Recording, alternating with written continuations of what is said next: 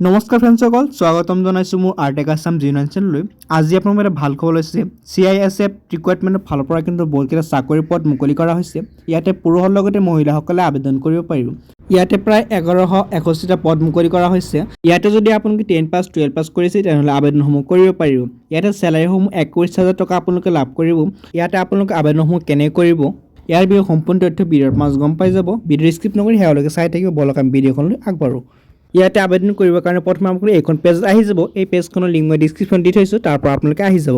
তো প্ৰথমে আপোনালোকে অকণমান স্ক্ৰল ডাউন কৰিব। ইয়াতে আপোনালোকে দেখুৱাইছে চেণ্ট্ৰেল ইণ্ডাষ্ট্ৰিয়েল চিকিউৰিটি ফ'ৰ্চ।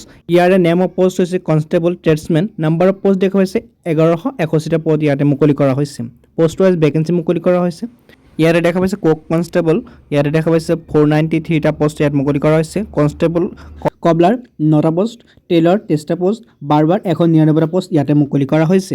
লগতে ৱাশ্বাৰমেন 262টা পষ্ট, ছুইপাৰ 152টা, পেইণ্টাৰ 2টা, কাৰ্পেণ্টাৰ 9টা, ইলেক্ট্ৰিচিয়ান 4টা, মেইলি 4টা, ৱেল্ডাৰ 1টা, চাৰ্জমেষ্ট 1টা, MP এটেণ্ডেণ্ট 2টা পষ্ট ইয়াতে মুকলি কৰা হৈছে। এইকেইটা পষ্ট আপোনালোকে আবেদন কৰিব পাৰিব।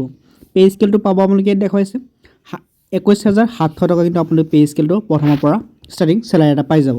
তো ভাল এটা চেলাৰী পাব, তো সকলোৱে আবেদন কৰিব। ইয়াৰ বাবে আপোনালোকে ইলিজিবিলিটি ক্ৰাইটেৰিয়া হ'ব লাগিব candidate must B citizen of India, ভাৰতৰ বাসিন্দা হ'ব লাগিব। তো লগতে আপোনালোকৰ এডুকেশ্যন কোৱালিফিকেশ্যন হ'ব লাগিব। 10 পাছ 12 পাছ কৰাসকলে আবেদন কৰিব পাৰিব। লগতে আপুনি SC হোষ্টেল পাব, কেটেগৰিজ বেলেগ বেলেগ। তো SC ST 5 বছৰ, OBC 3 বছৰ SC হোষ্টেল পাব। এপ্লিকেশ্যন ফিজটো আপোনালোকৰ আদাৰ্ছৰ 100 টকা, SC ST আৰু ফিমেলসকলৰ সম্পূৰ্ণ ফ্ৰীত আবেদন কৰিব পাৰিব।